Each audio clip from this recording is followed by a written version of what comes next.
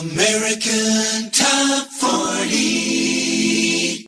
This is Casey on AT40 in Hollywood, and now I want you to hear from 1963 a little piece of the only record from the Orient ever to hit #1 on the American charts. That song was by Q Sakamoto, a man who'd been a superstar in his native Japan since 1959. But he had never hit in the United States, and probably never would have if it hadn't been for a disc jockey named Rick Osborne at radio station KORD in Pasco, Washington. For a lark, Rick played a Japanese language song that he'd received in the mail titled Ui Omui Te Oruko. Translation? Walk with your head up. It was a very dramatic song about a man about to be executed, and it had been a huge hit for Q Sakamoto in Japan. Well, the response to the song in Pasco and soon the rest of Washington State was tremendous. So big, in fact, that Capitol Records decided to release it here in America. But they couldn't use the Japanese song title because Americans found it difficult to pronounce. So they found a familiar Japanese word that Americans could sink their teeth into. And under that title, Q Sakamoto's melancholy song about a man at the end of his life became the only song in Japanese ever to hit #1 here in the U.S. It was released here in 1963 under the title Sukiyaki, one of my favorite Japanese dishes. And this week, a remake of Sukiyaki using the same title and melody but completely different lyrics is in our countdown. Here's A Taste of Honey, debuting at number 34 with Sukiyaki.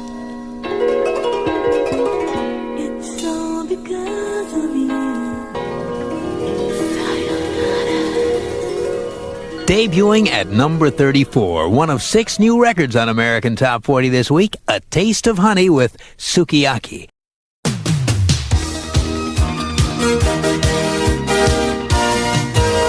This is American Top 40 in Hollywood. I'm Casey Kasem. Now it's time for our long-distance dedication. You know, our long-distance dedications come in from all around the world, and they concern all sorts of subjects. This next letter talks about an entertainer who made his countrymen very proud. It's from a man in Japan, and here's what he writes. Dear Casey, I'd like to talk about a man who is very special to me, as well as to many other Japanese. Q Sakamoto had been very successful on the Japanese music scene during the early 1960s. Not only in Japan, but also he had been the only Japanese who hit #1 on the Billboard Hot 100 with a Japanese song, Sukiyaki, in 1963. Though I was a little kid when he had his huge success in Japan and the U.S., I used to remember the lyrics and sing his songs, especially Ue Umui Tai Aruku, the original Japanese title of Sukiyaki. It was my favorite. People called him Q-chan, a term of affection, and in addition to his warm character, the fact that he came from my hometown, the city of Kawasaki, made me feel close to him.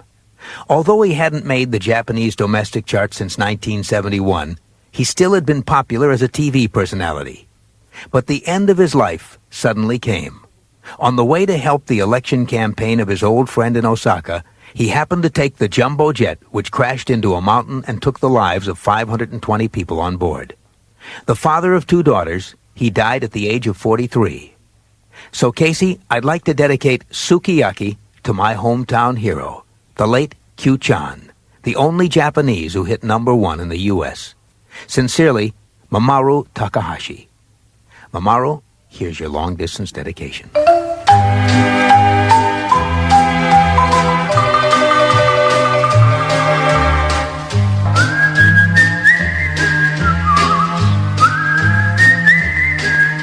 A #1 song from 1963, Sukiyaki, a long-distance dedication to the artist who recorded it, the late Japanese singer and entertainer Q Sakamoto, the only Japanese artist to hit #1 in the USA.